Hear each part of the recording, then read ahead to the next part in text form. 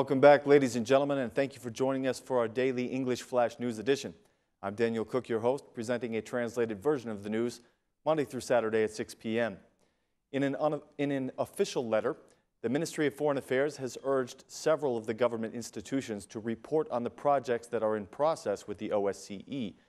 The ministry has given some arguments to justify its intention to amend the mandate of the OSCE and its contract in some priority areas. ORA News has managed to obtain a copy of the letter sent to several important institutions in the country. The letter bears the signature of the General Secretary of the Ministry of Foreign Affairs, and it specifically states that the positive developments of Albanian democracy and the increasing role of Albania in the region and beyond, including NATO membership and the candidate status to the European Union, have brought a radical change in our relationship with the OSCE. Albania is not only a consumer of the OSCE expertise, but a contributor in the preservation and promotion of its role in the organization and architecture of security in Europe. The Ministry of Foreign Affairs wants a review of the OSCE assistance of the reforms in our country and an increased evaluation of our internal capacity to follow the path of reforms.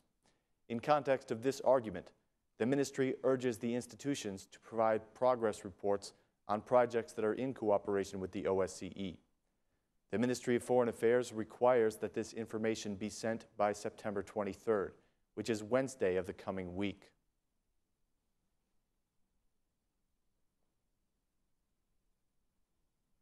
One of the most influential MPs in the Socialist Party, Mr. MP Kokedhima, has harshly criticized the behavior of the central and local elected officials in their actions toward the citizens.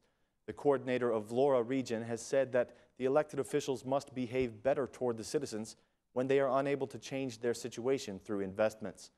Mr. Kokedhima said, "If we cannot change the conditions of the people, their agricultural, economic, or infrastructure conditions, at least we can change the behavior of the elected officials toward the people. We can change the behavior of the administration, of the local and central government, so that the citizens can be represented by the right people." Kokedhima continues, "No official in any peripheral or central office can be allowed to continue to benefit at the expense of the people. Let's move away from this bad behavior, which has made the citizens hate the state officials." Kokedhima made his statements today in a commemoration ceremony for those who have fallen in war.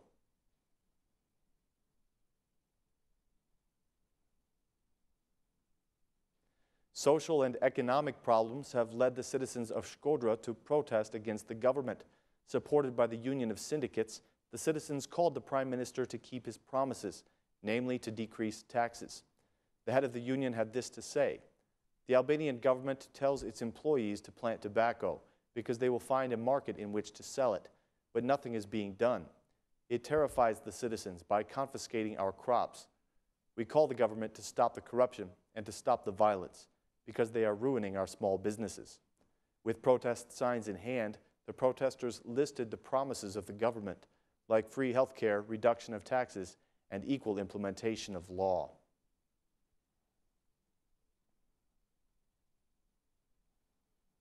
There is a shortage of 300 specialized doctors in Albania's regional hospitals, according to the Ministry of Health. In July, the government approved a bonus of 100,000 new lek for doctors who are willing to work in the regional hospitals. But the health minister, Ilir Becaj, confirms that in the first 2 weeks of September, only 4 medical specialists have chosen to work in remote hospitals, which does not begin to cover the need.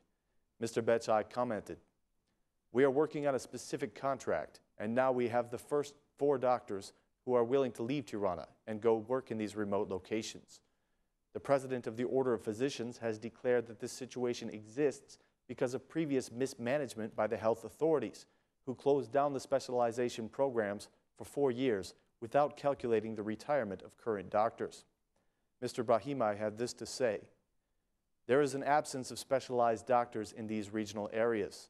This is because of the poor decisions of the previous government, who created a vacuum for specializations without considering retiring doctors. There were other shortcomings as well. More work needs to be done to provide all the specialists that are necessary to our healthcare system. The health authorities have promised that they will take the necessary steps to provide services in the remote hospitals of Albania."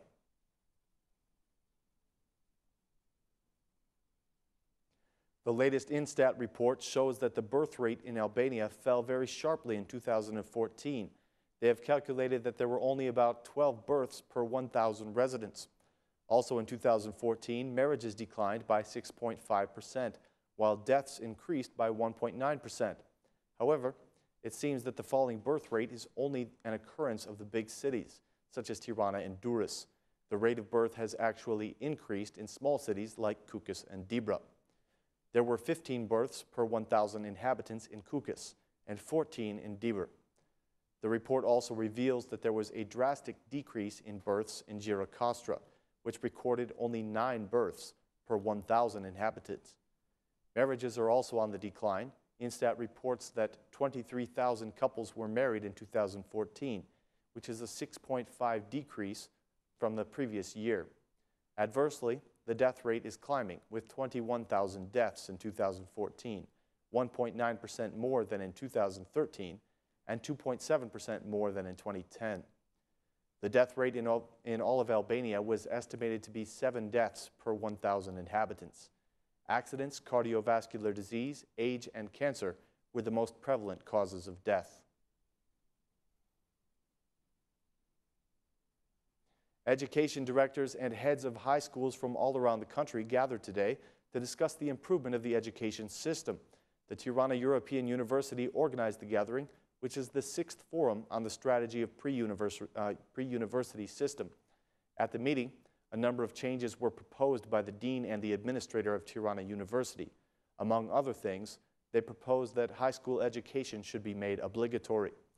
This idea was rejected by the Vice Minister of Education and the Vice Mayor of Tirana, who both supported vocational education instead. The European University of Tirana is committed to organizing open forums for discussing ideas to improve this system, and to that end, they have introduced the Strategy for Pre-University Education 2014 through 2016.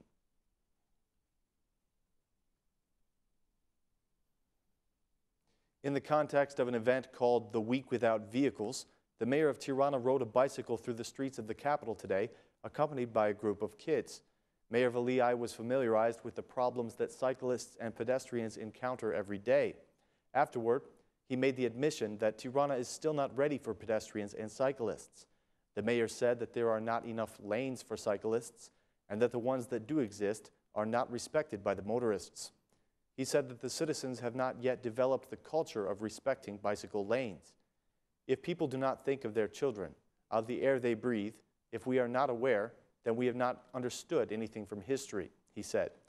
We will turn the day without vehicles into a tradition, and perhaps once a month we will have a day completely without vehicles, said Mayor Veliaj. The mayor encouraged the citizens to get on board and to participate in the Day Without Vehicles on September 22nd. On that day, vehicles will not be permitted in the center of the capital or on the small ring road.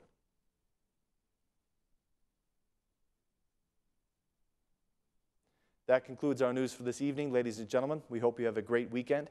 Please join us again on Monday for more translated news in English. Thanks, and have a great night.